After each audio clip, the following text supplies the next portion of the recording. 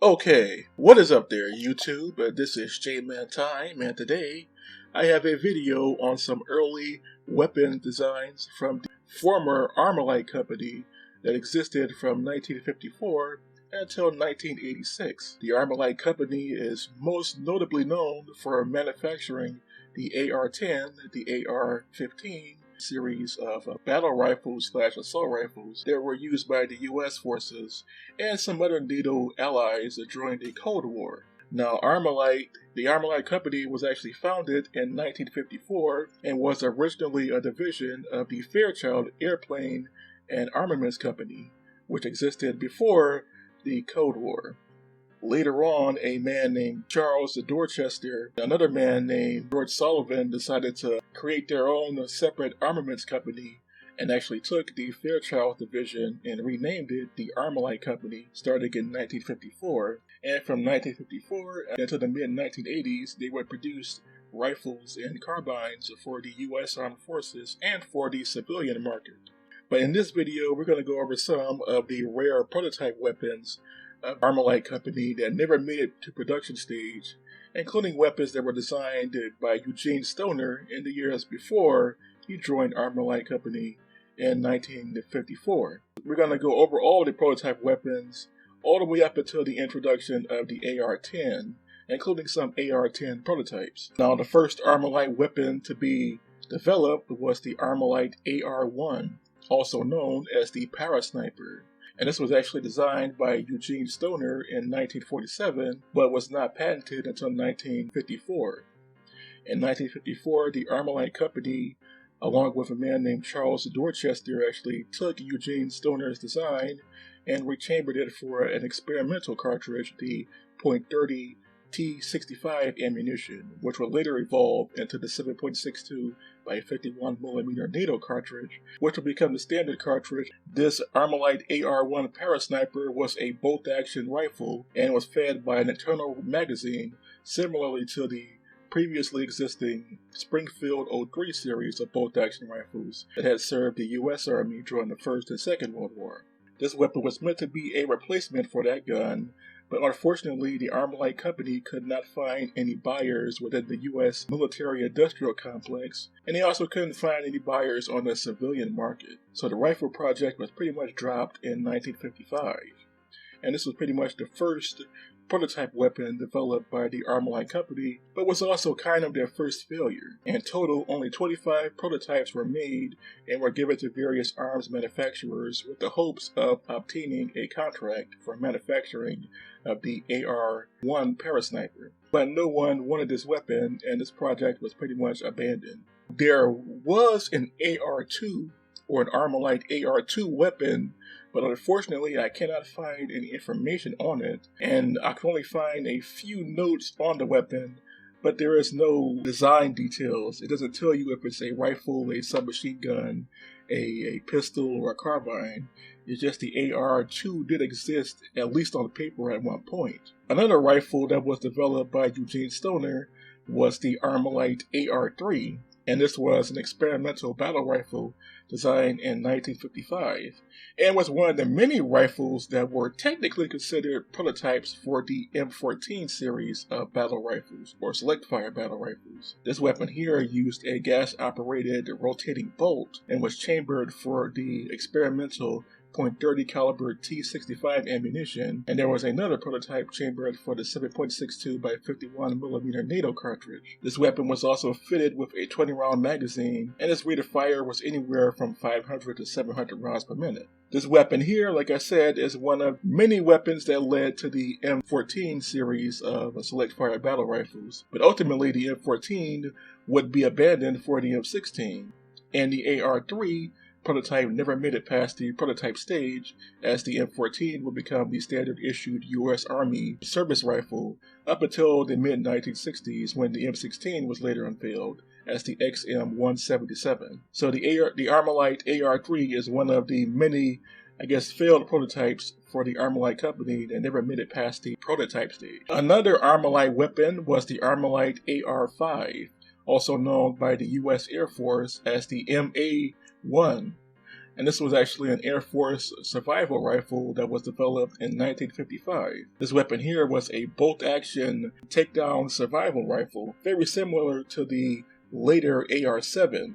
This weapon here was chambered for the .22 Hornet cartridge, which was the Air Force issued 22 caliber ammunition, instead of the standard 22 long rifle that you would see now on the civilian market nowadays. The weapon was fed by a 4-round detachable box magazine and was extremely lightweight, only weighing about 2.5 pounds or 1.25 kilograms. This weapon was designed by both Eugene Stoner and George Sullivan in 1955, and only a small number of these were used by the U.S. Air Force up until 1959, when production of this weapon was canceled in favor of the Armalite AR-7, also known as the Armalite AR-10 Explorer. The AR-10 Explorer became one of the more standard issue survival rifles for the U.S. Air Force during the middle of the Cold War, and this was a semi-automatic takedown survival rifle that you can actually find today on the civilian market. This weapon was introduced in 1959 and was the replacement for the Armalite AR-5. This weapon was chambered for the more standard .22 long rifle and was fed by either an 8 to 15 round detachable box magazine, although the 8-round magazine was the standard magazine for this weapon. This weapon here would go on to be one of the most successful Armalite weapons, especially for the civilian markets, as this weapon is still sold widely throughout the U.S. and in other countries as a survival weapon and as a cheap hunting rifle, being chambered in the standard 22 long rifle. Another prototype Armalite weapon was a shotgun. Yes, the Armalite company actually did attempt to enter the shotgun market, and they had developed in 1955 the AR-9, or the Armalite AR-9, which was a prototype semi-automatic short recoil action shotgun from 1955, and only a small number of these prototypes were actually made. These weapons were chambered for the 12-gauge shell and were fed by a 2-round tubular magazine. And that 2-round magazine is one of the reasons why this weapon never really went that far. This weapon was pretty light, only weighing about 5.5 pounds, and was developed by a man named Burton Miller, who was also a member of the Armalite development crew. This shotgun project was pretty much canceled, but was later revived in 1964 as the AR-17.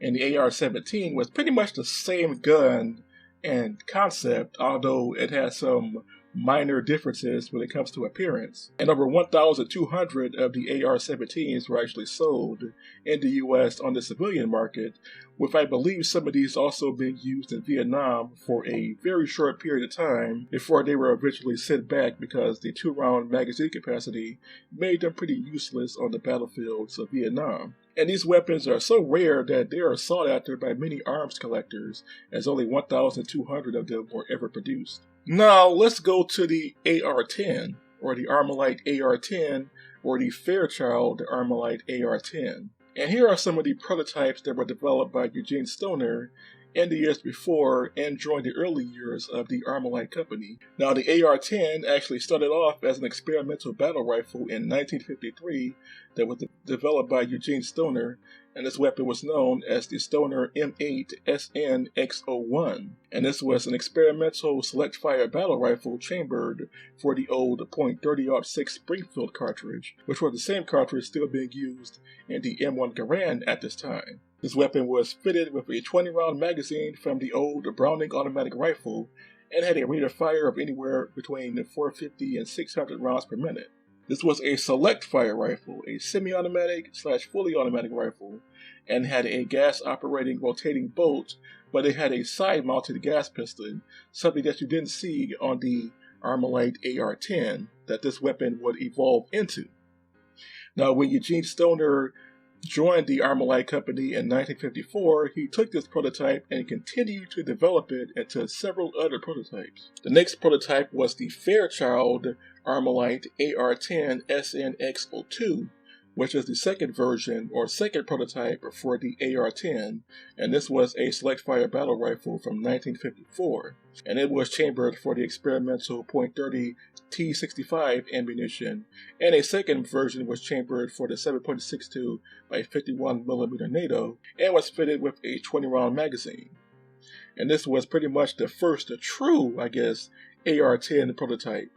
There were two other prototypes that were developed later on before the introduction of the AR-10, and these were the Fairchild and Armalite AR-10A SN X03, and this was the second to last, the final variant before the standard production model, and this was developed in 1955 and was chambered again for the experimental .30 T65 ammunition, and later the 7.62 by 51mm NATO cartridge. And then finally, in 1956, the standard version of the AR-10, the production model, entered production in 1956, and only about 10,000 AR-10s were actually produced in total. So the AR-10 didn't really see much service when compared to the M16, one of the weapons that evolved from the AR-10. But the AR-10 was pretty much the standard of the Armalite weapon systems, and would become the standard for almost all other Armalite rifles produced after 1956. Eventually, the AR-15 and the AR-16 and the AR-180 would be developed later on towards the middle of the Cold War, but eventually the Armalite company would go out of business in the late 1980s. Later on, in the 1990s, the Armalite brand was later picked up by another company. So you still see the Armalite brand existing today, but there is actually no Armalite company or manufacturing base like there was in the 1950s, 60s, all the way up to the 1980s.